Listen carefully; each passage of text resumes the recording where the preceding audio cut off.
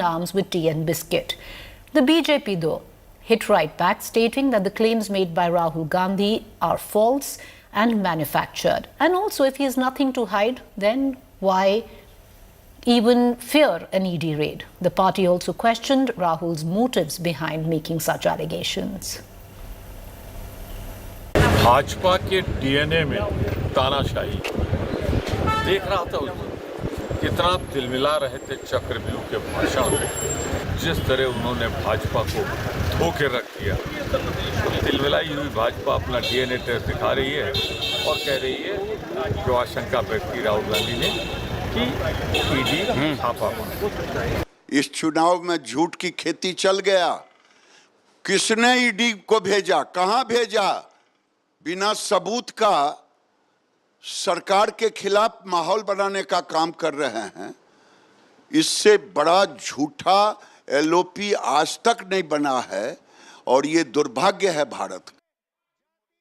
All right, so Rahul Gandhi made these allegations on what he says was the basis of a speech he made in Parliament on the union budget, and that what he claims is that the incumbent government wasn't happy with it, and therefore he alleged that the ED would raid him. Now, this particular speech, what he is claiming is the cause for a possible or an alleged ED raid, was made by Rahul Gandhi on the floor of the Parliament on July 29th, when Rahul Gandhi made the Chakravyuh comment, and he feels now that ED would target him at the back of it. Listen in. The Chakravyuh that has captured India has three forces behind it. First is the idea of monopoly capital, that two people should be allowed to own the entire Indian wealth. The second element is the institutions, the agencies, CBI, ED, Income Tax Department of this nation. And the third is the political executive.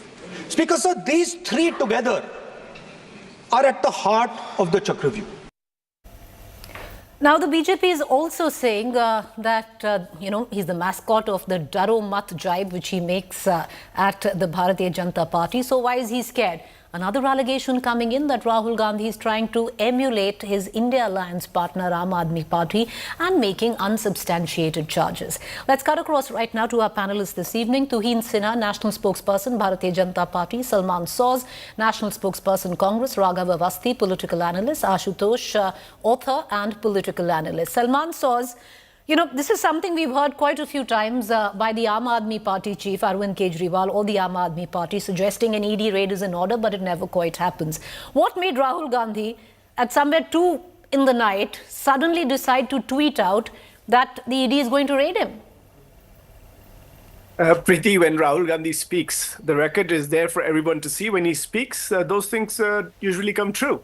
This would not in any way be something unexpected, because if you remember, in 2022, he was with the ED for more than 50 hours over 5 days. In fact, when he went there, he told the ED officers that I'm not here because you called me. I'm here to see for myself who is trying to kill democracy in India. That is what he told them at that time. The record of the government is before us. 95% of cases since 2014 have been against opposition leaders. So this is nothing new. This is par for the course. So I think the government has not really learnt any lesson from this election. This is the same political party, the BJP, that basically orchestrated a trumped-up defamation charge against Rahul Gandhi, and the judges in the High Court in Gujarat and the lower court there, they basically, gave him the maximum sentence of 2 years, because, I don't know why, because the Supreme Court could not say why he was given that maximum sentence. There was no reason given. And of course, that was stayed. And then what happened after the election? The same people who tried to disqualify him had to basically give him an even bigger home. Okay. That is what the people of India have done. The people of India will no longer accept the BJP's dictatorial tendencies, and we are going to basically have a very strong democratic republic, and we are fighting. But, Salman Soz, many would say, making unsubstantiated claims, number one, and number two, what is the proof that you have to even suggest that the ED is going to come knocking? And even if it is, if you have nothing to be scared of, then what's wrong? Preeti, you're a competent journalist. You know you know yourself that if somebody gives you some information in confidence, you're not about to reveal that source. That would not be appropriate. That would actually put others in jeopardy. But I think clearly the speech that Rahul Gandhi made in Parliament has rattled the BJP, but he keeps rattling them, and they've shaken. But Salman Soz, as I bring in Tuhin Sinha, allow me to ask you. So if the ED doesn't raid Rahul Gandhi, then what are we to believe? Well, I can tell you that when Rahul Gandhi speaks, he speaks the truth. So what he heard from what his sources have told him that this is in the works. And he's basically relaying that information to the public and saying that he's not afraid, let them come, and he's going to greet them with biscuits and tea. And he's going to offer that to him. And he's telling the people of the country that no matter what happens, Congress Party, Rahul Gandhi, Khargeji, everybody, and the India Alliance, we're going to hold the BJP accountable because they have ruined India's economy. The poor are paying more GST than the rich. The middle classes are paying more taxes than corporations. But Salman Soz, as I bring in, allow me to bring in Tuhin Sinha into this conversation. But also, many would also suggest that why bring in agencies when you can directly attack the government, and why attack the government through the agencies there. But Tuhin Sinha, it does seem as what the Congress alleges, that the speech and Rahul Gandhi is seemingly getting under your skin, especially even the comment that he made in the middle of the night. Why react if the charges are, wild allegations is what you say? Good evening, Preeti. Good evening, everybody.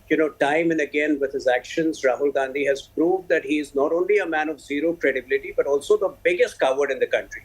The point is there is widespread anger against him in Wayanad because of, one, his inability or whatever, his lack of interest in reaching Wayanad. He reached there a good 48 hours after the RSS workers and George Kurian were already on the field.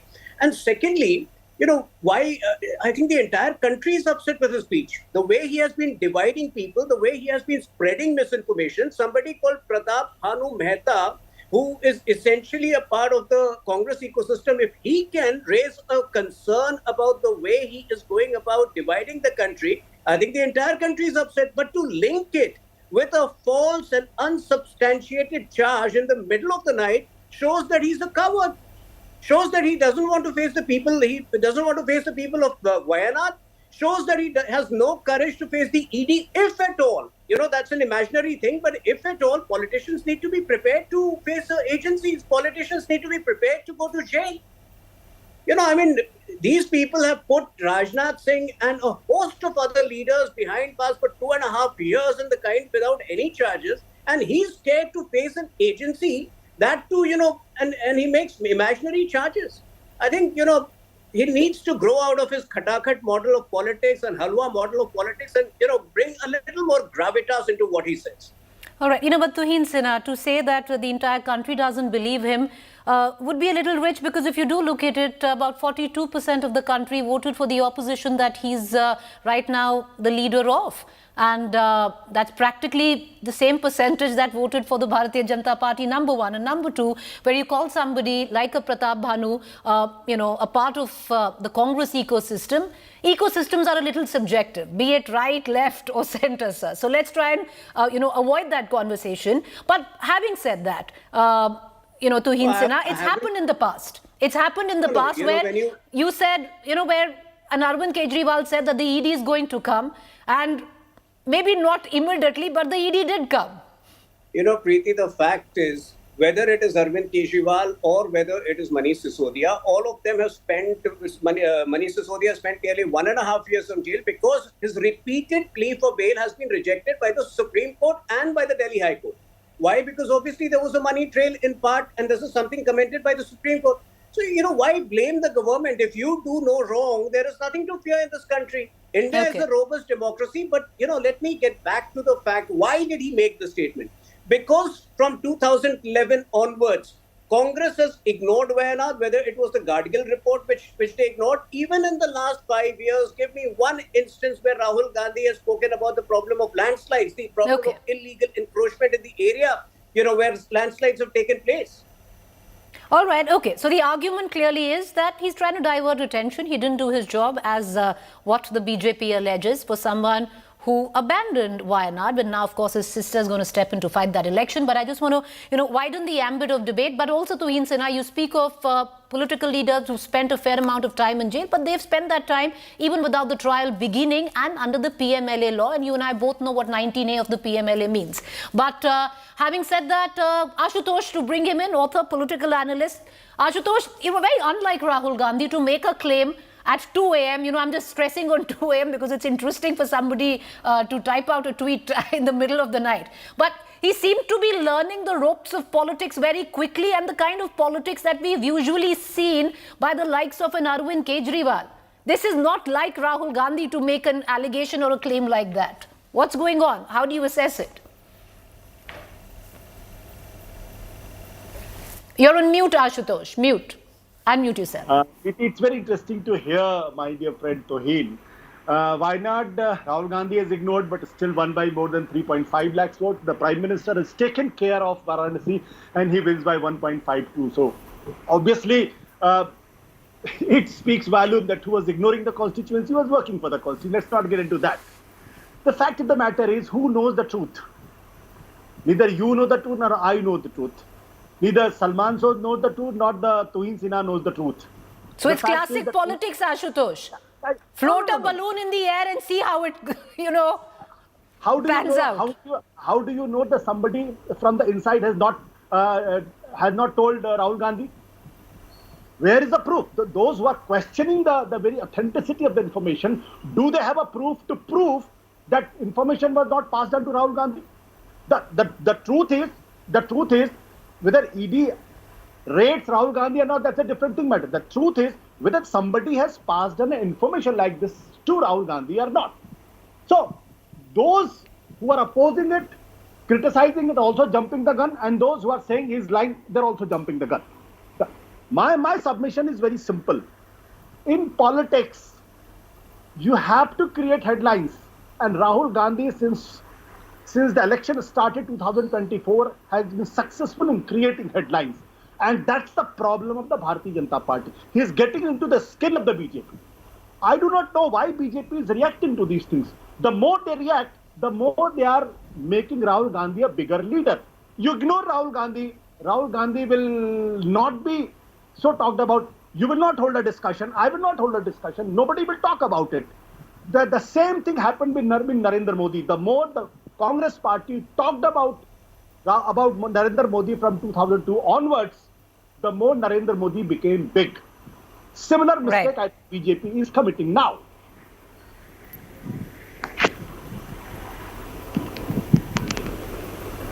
All right, okay. Raghav Avasthi, to bring you in on this, there's something, better, worse, or whatever it might be.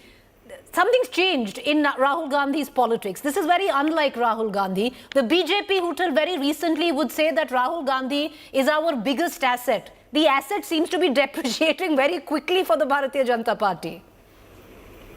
Not at all. I would not say that. And I would also like to counter you on one statistic that you mentioned about the India Alliance getting 42% of the vote. So I think there is a big difference between the NDA's 44%, because Narendra Modi ji was the prime ministerial candidate of the NDA. And Rahul Gandhi could not even get himself anointed as the prime ministerial candidate of the India Alliance. And in his third consecutive attempt, he failed to become prime minister. Not only that, he led his party to its third worst ever performance.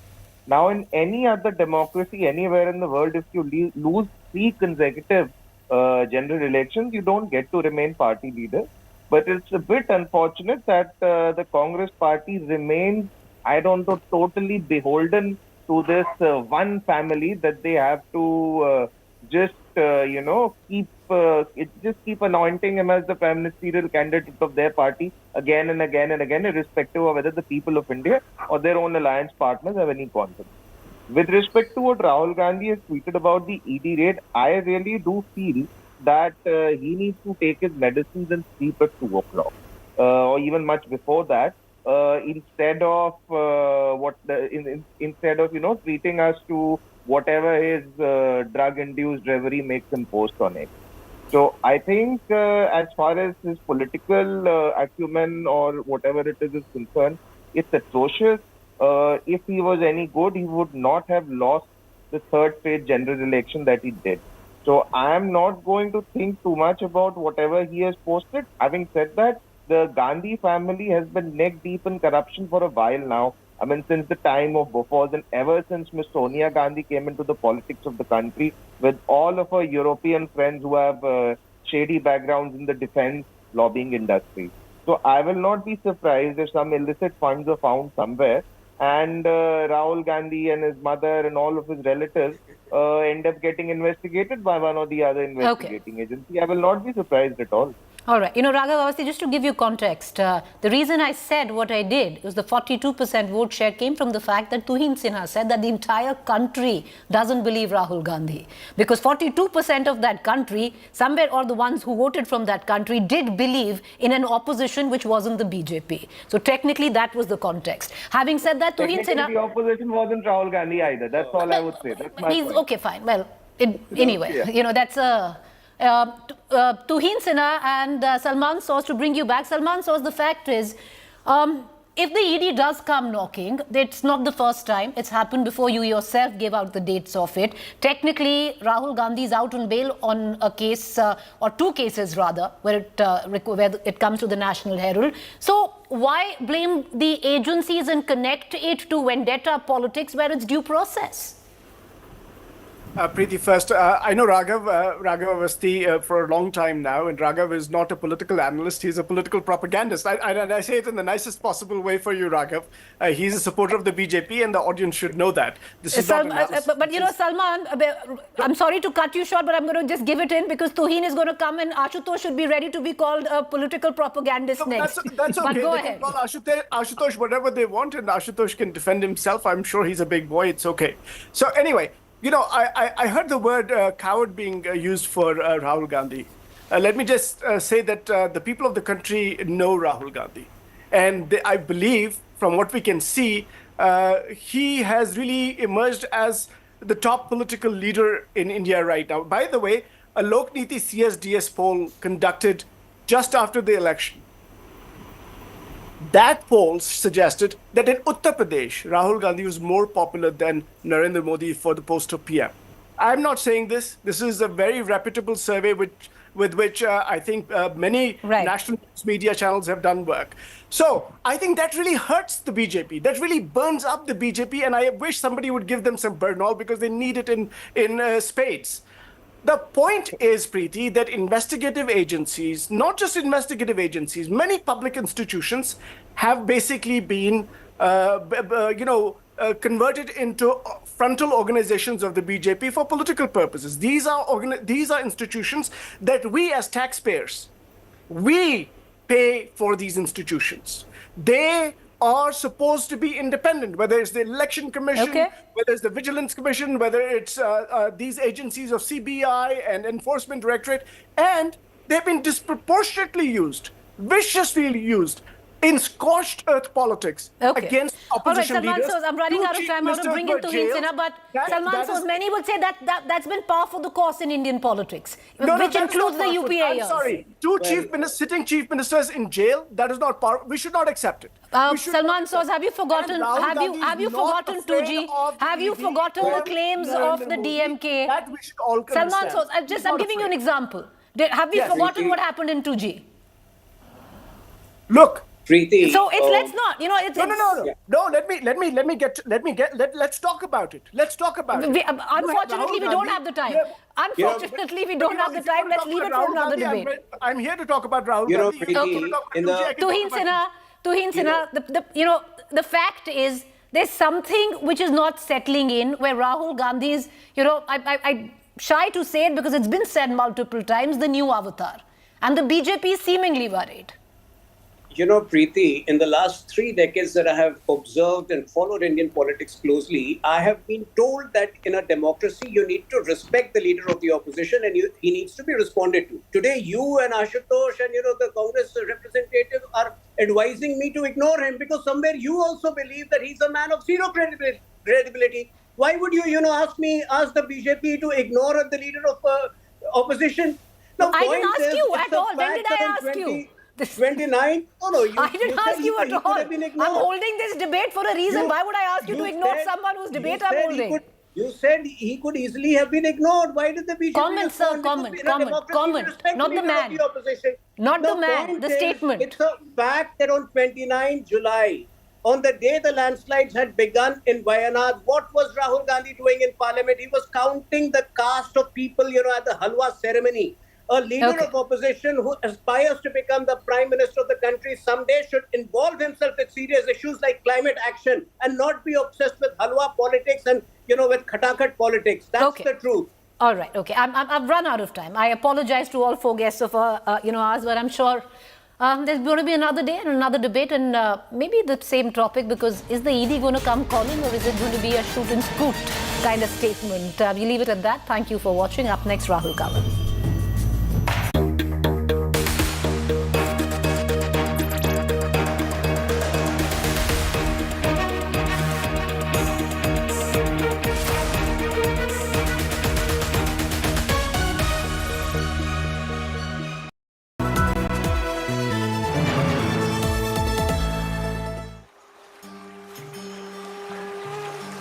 एक दोस्त है जिससे बात किए बिना हम रह नहीं सकते।